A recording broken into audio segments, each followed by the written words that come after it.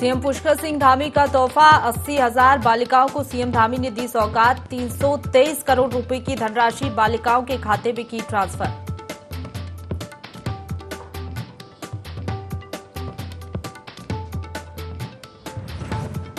सचिवालय में लोक निर्माण विभाग, एनएच और बीआरओ की समीक्षा बैठक। सीएम पुष्कर सिंह धामी ने अधिकारियों को दिए निर्देश, प्रस्तावित कामों में तेजी लाने की कही बात।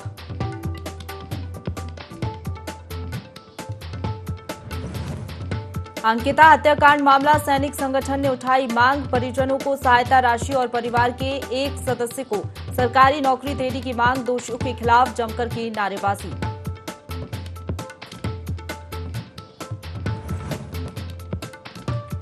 दो दिन बाद फिर खुला टनकपुर चंपावत एनएच, लोगों की आवाजाही हुई शुरू। बारिश की वजह से बंद था राजमार्ग।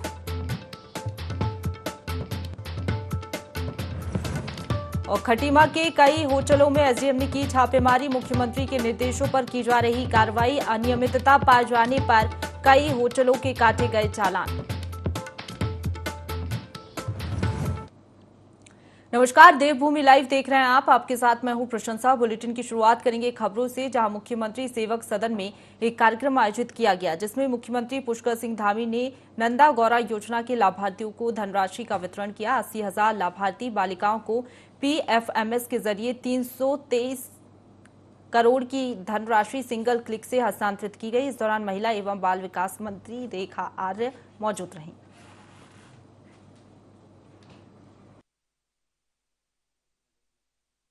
नंदा गौरा में जो आज धनराशि ट्रांसफ़र हुई है, उस धनराशि के ट्रांसफ़र होने से जहां प्रदेश की हमारी 80,000 से भी ज़्यादा जो बालिकाएं हैं, जो हमारी बेटियां हैं, उन सभी को इसका लाभ मिलने वाला है। और निश्चित रूप से उनकी बेहतरी के लिए, उनके अच्छे स्वास्थ्य के लिए, अच्छे उनके भविष्य के लिए, अच्छी शिक्षा के लिए ये धनराशि उनके काम आएगी। और मैं सभी को शुभकामनाएँ देता हूँ कि उनका सबका बेहतर भविष्य हो। आगे बढ़ेंगे। देहरादून से खबर है, जहां सीएम पुष्कर सिंह धामी ने सचिवालय में पीडब्ल्यूडी, एनएच और बीआरओ के प्रदेश में निर्माणाधीन और प्रस्तावित कार्यों की समीक्षा की। इस दौरान सीएम ने मानस खंड कॉरिडोर को राज्य सरकार का फ्लैगशिप कार्यक्रम बताते हुए इससे जुड़े कामों में तेजी लाने के निर्देश दिए। साथ ही अधिकारियों को बजरंग सेतु का काम तय समय सीमा में करने के भी निर्देश दिए। इसके अलावा सीएम ने सड़क दुर्घटनाओं में कमी लाने के लिए पुल और फ्लाईओवर में गति सीम वोट लगाने, डार्क स्पॉट चिन्हित करने और चारधाम मार्ग पर सुरक्षा मानकों के अनुसार क्रैश बैरियर के काम में तेजी लाने को भी कहा।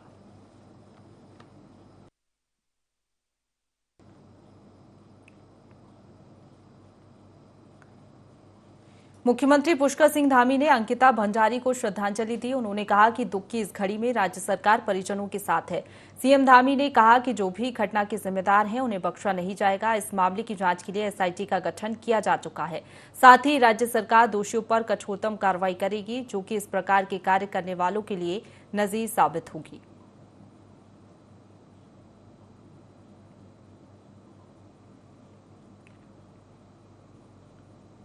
आगे बढ़ेंगे। ऋषिकेश में अंकिता हत्याकांड का मामला अब राजनीतिक रूप ले जा रहा है। पूर्व मुख्यमंत्री हरीश रावत ने अंकिता भंडारी के घर पहुंचकर परिजनों से मुलाकात की है और शोक संवेदना व्यक्त करते हुए हर संभव मदद का भरोसा दिया है। पूर्व मुख्यमंत्री हरीश रावत ने कहा कि आरोपी को कठोर से कठोर सजा मिलनी चाहिए। 4 दिन बाद अपराधियों की गिरफ्तारी से साफ जाहिर होता है कि सबूत मिटाने का काम किया गया है। जब तक अपराधियों को कठोर से कठोर सजा नहीं मिलती, तब तक हम चुप नहीं बैठेंगे।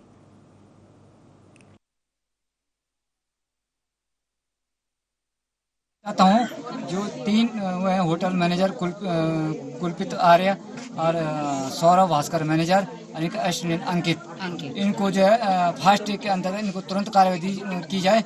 और कुलपित आर्य के पिता विनोद आर्य को सरकार तुरंत अरेस्ट किया जाए। पूरा उत्तराखंड, पूरा देश, पूरी मानवता इस बात की मांग कर रही है। देवभूमि की संस्कृति को कलंकित करने का प्रयास किया है, तो उनको दंड दिया जाए। मुख्यमंत्री ने कहा फास्ट ट्रैक कोर्ट को देंगे और एविडेंसेस सारी जुटाई जानी चाहिए कि 4 दिन सोशल मीडिया में सब चल रहा है, लेकिन 4 दिन अपराधी को गिरफ्तार करने में लग गए। जो लापरवाहियों की और जानबूझ करके साक्ष्यों को मिटाने के लिए जिस प्रकार से बुलडोजर फेरने में जल्दीबाजी की गई है, और सारा उत्तराखंड सचेत है जब तक अंकिता के हत्यारों को न्याय जो है कठोरतम सजा जो सजा इस ऐसे अपराध की होनी चाहिए वो सजा नहीं मिल जाती, तब तक कोई चुप बैठने वाला नहीं है।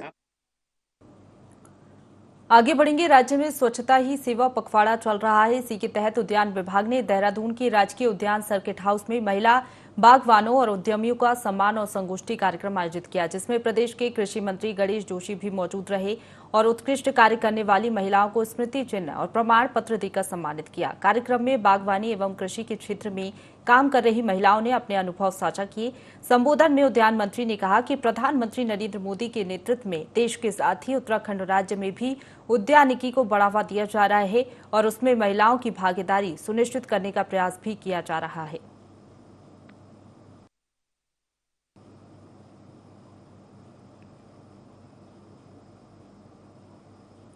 आगे बढ़ेंगे। विधानसभा अध्यक्ष रितु खंडूड़ी पौड़ी के कालागढ़ में विद्यार्थी सम्मान समारोह में शिरकत करने के लिए पहुंची, जहां लोगों ने उनका जोरदार स्वागत किया। वहीं स्कूली बच्चों ने सांस्कृतिक कार्यक्रमों की रंगारंग प्रस्तुतियां देकर उनका मन मोह लिया। रितु खंडूड़ी ने हाई स्कूल और इंटरमीडिएट के छात्रों को सम्मानित करते हुए कहा कि युवाओं के लिए कार्य हो रहे हैं, तरह तरह के लोन दिए जा रहे हैं। इस दौरान उन्होंने स्थानीय लोगों की समस्याएं सुनी और निराकरण का आश्वासन दिया।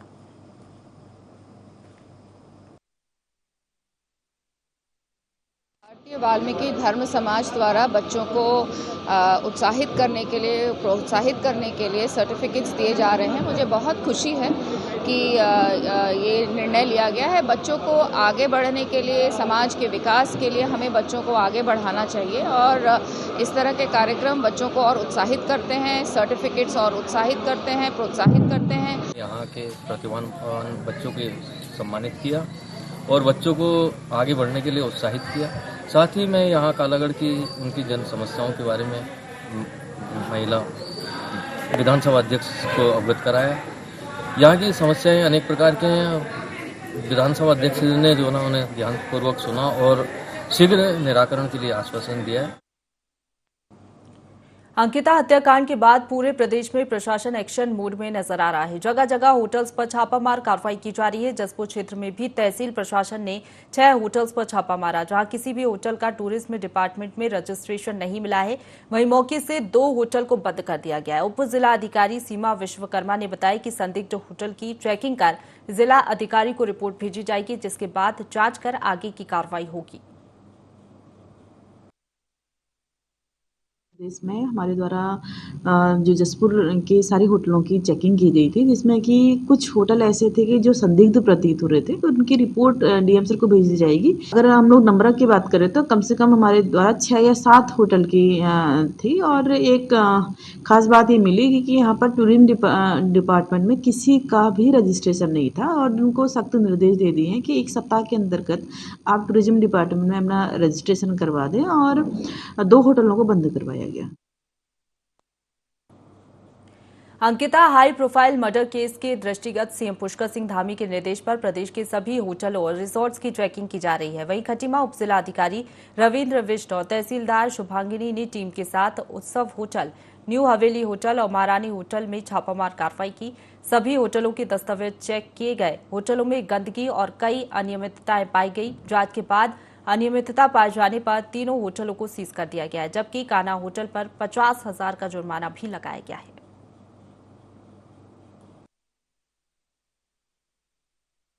यहाँ पर इलीगल तरीके से होटल्स या रिजॉर्ट चल रहे हैं, उनकी चेकिंग कर दी जाए। उसी सिलसिले में हमने आज यहाँ पर चेकिंग की। 4 होटल की हमने चेकिंग की है, जिसमें से 3 को हमने सील कर दिया है, क्योंकि उनके पास ना तो पर्यटन विभाग यात्रा व्यवस्था नियमावली 2014 के अंतर्गत उनका रजिस्ट्रेशन था और अन्य कई अनियमितता भी पाई गई थी।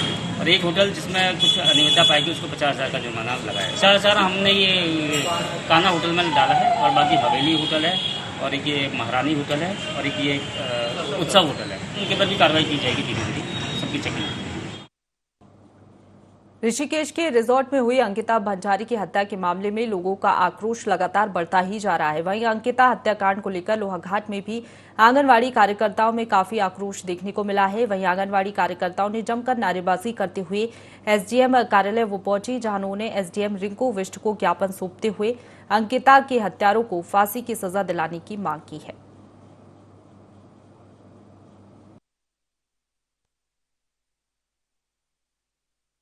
उत्तराखंड में इस प्रकार की घटना हो रही है, हमारी बेटियां कहीं सुरक्षित नहीं है। एक और सरकार कहती है बेटी बचाओ बेटी पढ़ाओ का नारा लगाती है और हम कार्य करते हैं, गांव-गांव में जाके बेटी बचाने के लिए हम कार्य करते हैं। वहां पे आज अफसोस की बात है कि मध्यम वर्ग की वो बेटी अपने रोजगार के लिए वहां पे आई, अपने माँ बाप की आगे को आर्थिक स्थिति सुधारने के लिए वहां पे आई और उसके साथ इतनी बड़ी घटना हुई, ये बहुत ही शर्म की बात है। और मैं इस प्रशासन से कहना चाहूंगी, इस सरकार से मैं कहना चाहूंगी कि जिस प्रकार से उन्होंने ऐसी घटना करी है उसको वहीं पे फांसी की सजा देनी चाहिए। घटना के बारे में क्या कहूँ, बहुत ही शर्मनाक घटना है। वो भी एक आंगनवाड़ी वर्कर है, कितनी गरीबी के में दिन बिता के उन्होंने अपने बच्चों को पढ़ाया होगा, पढ़ने के लिए बाहर भेजा, कोर्स कराया, जॉब के लिए भेजा और उसके बाद उनकी बेटी के साथ 1 महीना भी नहीं हुआ था जॉब करते हुए ऐसी घटना हो गई। हम लोगों को इतना दुख है कि क्या कहते हैं, सरकार ने इस विषय पर महिलाओं के संरक्षण के लिए कुछ करना चाहिए, कामकाजी जो महिलाएं उनके संरक्षण के लिए कुछ करना चाहिए ऐसी, ताकि आगे को ऐसी दुर्घटनाएं ना हो। और मैं यही आग्रह करती हूँ कि इन लोगों को जल्द से जल्दी फांसी की सजा दी जाए। अंकिता भंडारी मर्डर केस को लेकर उत्तराखंड समेत देश भर में आक्रोश का माहौल है। हर कोई अंकिता भंडारी के परिवार के साथ खड़ा दिखाई दे रहा है और दोषियों को फांसी की सजा देने की मांग कर रहा है। कोटद्वार में पूर्व सैनिक संगठन ने भी इसे लेकर झंडा चौक से तहसील परिसर तक मौन मार्च निकाला और तहसील कार्यालय में पहुंचकर दोषियों के खिलाफ जमकर नारेबाजी की। इस दौरान अंकिता के परिवार के एक सदस्य को सरकारी नौकरी देने की भी मांग की। आज उत्तराखंड में एक बेटी के साथ इस तरह से बर्बरता की गई है, उसके लिए हम पूरे सैनिकों का, जितने भी सैनिक बल है, पुलिस बल है, जो सामाजिक संस्था है, सबको एक दिल में एक दुख है और उसके दुख को हम अपने दिल का प्रकट करने के लिए मुख्यमंत्री जी के पास हम ज्ञापन देने के लिए, ताकि उनको जो है अपराधियों को सजा मिले, उनके लिए हम 3 मांग हमने रखी हुई है। पहला तो उनके परिवार में एक बंदे को सरकारी नौकरी मिले, दूसरा आर्थिक सहायता मिले और तीसरा जो अपराधी हैं, जो आरोपी हैं, उनको सख्त से सख्त सजा मिले और मौत के बदले मौत होनी चाहिए, उनको फांसी होनी चाहिए। हम सब लोग यही मांग लेकर आए हैं।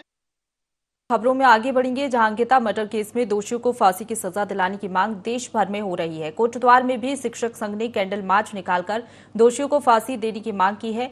मार्च में शिक्षक और शिक्षिकाओं समेत आम लोग भी शामिल हुए। इस दौरान सभी ने अंकिता भंडारी की आत्मा की शांति के लिए प्रार्थना की। आज यहाँ पे कैंडल मार्च रैली यहाँ पे निकाली गई है। ये विगत 18 तारीख को ऋषिकेश एक रिजॉर्ट में एक बालिका है अंकिता भंडारी की, वहाँ पे हत्या कर दी गई है और उससे पूरा प्रदेश में सारा जनमानस आक्रोश है। उसी के क्रम में यहाँ पे कोटद्वार शहर में समस्त जो हमारे कर्मचारी भाई लोग हैं, सभी उसके संवर्गों के, तो उन लोगों ने यहाँ पे एक रैली यहाँ पे आयोजित की है और रैली के माध्यम से हम सरकार को ये सचेत करना चाहते हैं कि लगातार जो उत्तराखंड में इस प्रकार की घटनाएं घट रही हो, लगातार इसमें पीड़ हो रही है, इसको रोका जाए और अंकिता भंडारी जिसकी हत्या की गई और उसको मुआवजा दिया जाए। यहाँ पे जब तक उसको न्याय नहीं मिलेगा तब तक हम लोग इस प्रकार की आवाजें उठा करेंगे। हरिद्वार में त्रिस्तरीय पंचायत चुनाव के लिए मतदान जारी है। वहीं रोशनाबाद पंचायत चुनाव में मतदाताओं के लिए नाम लिस्ट में नहीं होने से ग्रामीणों का गुस्सा फूट पड़ा। ग्रामीणों ने निर्वाचन अधिकारी पर लापरवाही का आरोप लगाया। ग्रामीणों का कहना है कि मतदान के लिए अन्य पहचान पत्र दिखाने के बावजूद वोट नहीं डालने दिया गया। लगभग 500 से अधिक मतदाता ऐसे हैं जिनके नाम मतदाता सूची से गायब हैं। ग्रामीणों ने कहा कि मतदान नहीं करने दिया गया तो वह हाईकोर्ट जाएंगे।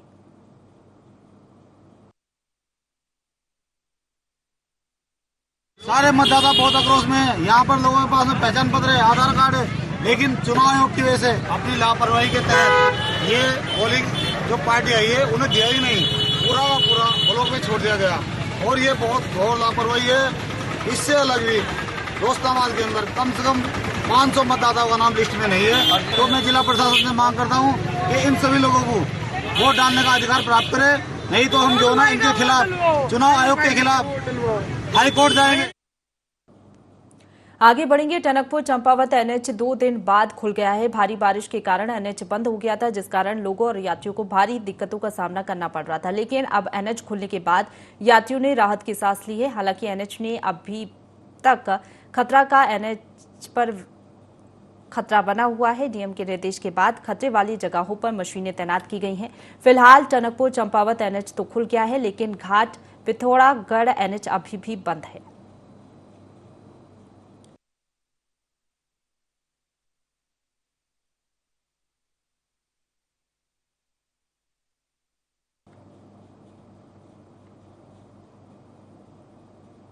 आगे बढ़ेंगे। भारी बारिश से ग्राम घड़ता चक्राता की कुतनोई नदी उफान पर आ गई है, जिससे किसानों की खड़ी फसल बर्बाद हो गई है। वहीं भूमि का कटाव होने से किसानों की आजीविका हमेशा के लिए छिन गई है।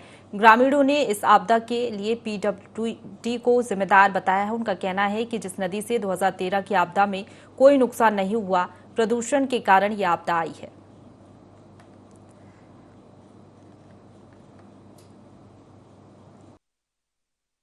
में जो सीएससी सेंटर संचालित है हमारे, वहाँ पे विभिन्न प्रकार के प्रमाण पत्र एवं आवेदन पत्र लोग लेके जाते हैं। तो कुछ प्रकरण संज्ञान में आए थे कि जहाँ पे सीएससी सेंटर द्वारा एडिटिंग कर प्रमाण पत्र या दस्तावेजों के साथ छेड़छानी के प्रकरण आए थे, उनके हमने निरस्त करने की कार्रवाई भी करी है। एवं हम लोग चाहते हैं कि जो भी प्रमाण पत्र बने, किसी के साथ किसी प्रकार की अनियमितता न की जाए, इसलिए औचक छापेमारी कार्रवाई आगे भी जारी रहेगी।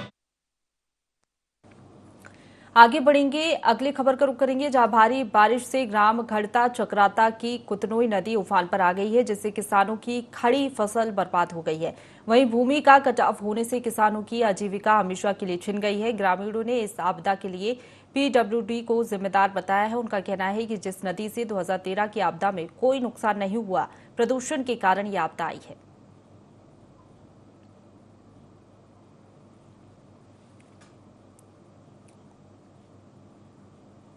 आगे बढ़ेंगे। लोहाघाट में तीर्थयात्रियों से भरा वाहन अनियंत्रित होकर सड़क पर पलट गया। वहीं चालक सहित 13 लोग वाहन में सवार थे, जिनमें 6 लोग गंभीर रूप से घायल हो गए हैं, जिन्हें स्थानीय लोगों और पुलिस की मदद से अस्पताल पहुंचाया गया।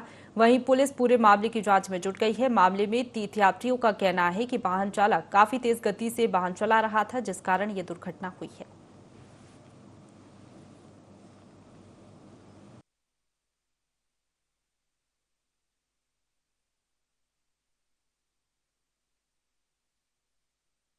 दुर्घटना सर ऐसी हुई है ना, कुछ लोग ड्राइवर की मिक्सचर लगता है मेरे को, तब उससे पता कर लेना है। गाड़ी स्पीड में थी और डाउन रोड थी, वहाँ पर उसने ब्रेक मारा तो गाड़ी पलटी हो गई।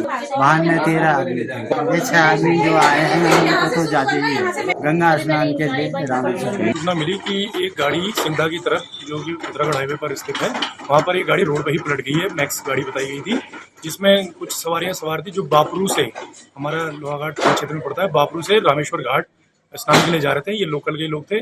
उस पता चला है कि अनियंत्रित होकर ये सड़क पर ही गिर गई थी, जिसमें महिलाएं और कुछ पुरुष घायल हुए हैं, जिनको लोहाघाट हॉस्पिटल लाया गया है।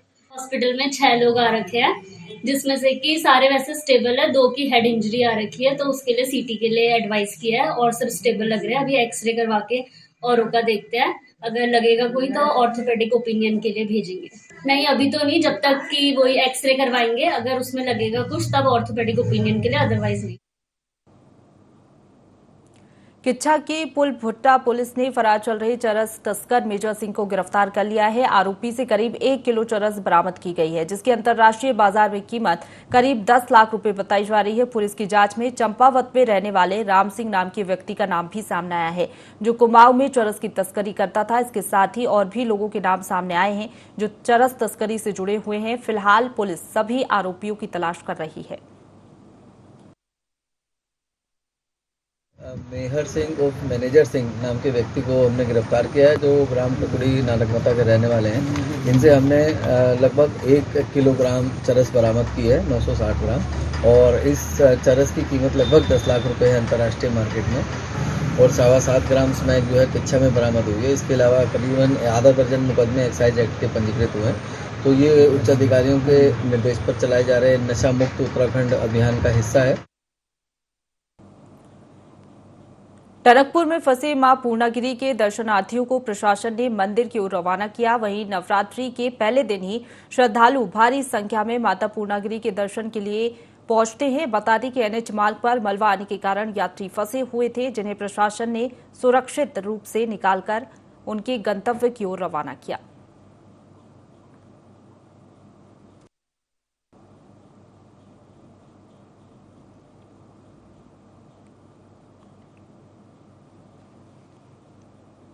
आगे बढ़ेंगे। देहरादून के इंद्रेश अस्पताल में संदिग्ध परिस्थितियों में एक महिला की मौत हो गई है। बता दें कि पैर के ऑपरेशन के दौरान महिला की मौत हो गई है, जिसके बाद परिजनों ने अस्पताल के गेट के बाहर धरना दिया। वहीं परिजनों ने आरोप लगाया है कि महिला की मौत शरीर के अंग निकाले जाने की वजह से हुई है। मामले में डॉक्टरों का कहना है कि यदि शरीर के किसी हिस्से में मांस की कमी होती है तो किसी और हिस्से से मांस निकालकर उस जगह लगाया जाता है, लेकिन महिला की पीठ से मांस निकाला गया है। वहीं पोस्टमार्टम रिपोर्ट आने के बाद ही महिला की मौत का खुलासा हो पाएगा।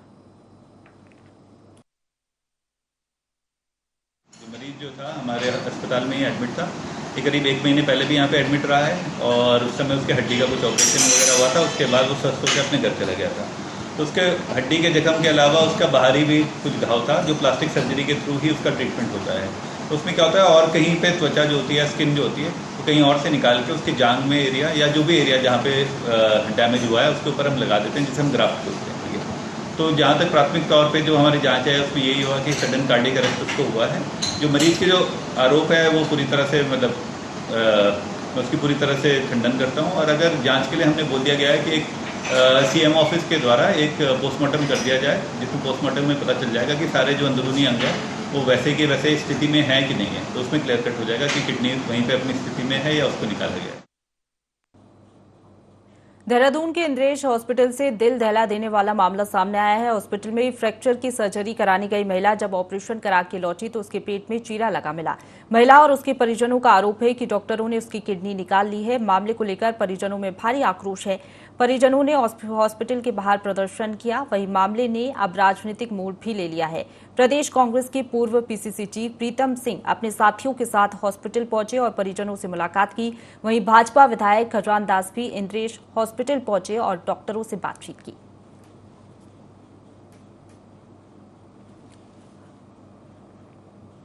आगे बढ़ेंगे। बाजपुर में बारिश आफत बनकर बरस रही है। बारिश के कारण बाजपुर के कई इलाके जलमग्न हो गए। घरों में पानी भर गया है, सड़कें तालाब में तब्दील हो गई हैं, जिससे लोगों को आवागमन करने में समस्याओं का सामना करना पड़ रहा है। अतिवृष्टि के कारण खेतों में पानी भर गया है, जिससे किसानों की फसल बर्बाद होने की कगार पर है।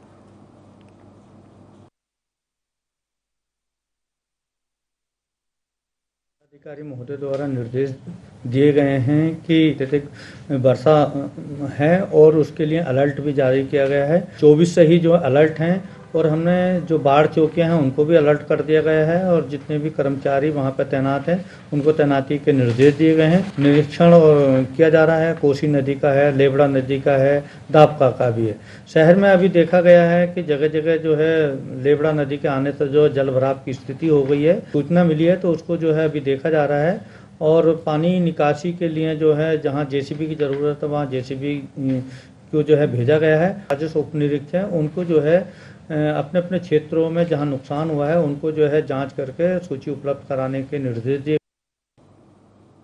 इसी के साथ बुलेटिन में फिलहाल इतना ही। खबरों का सिलसिला लगातार जारी है, आप बने रहिए हमारे साथ।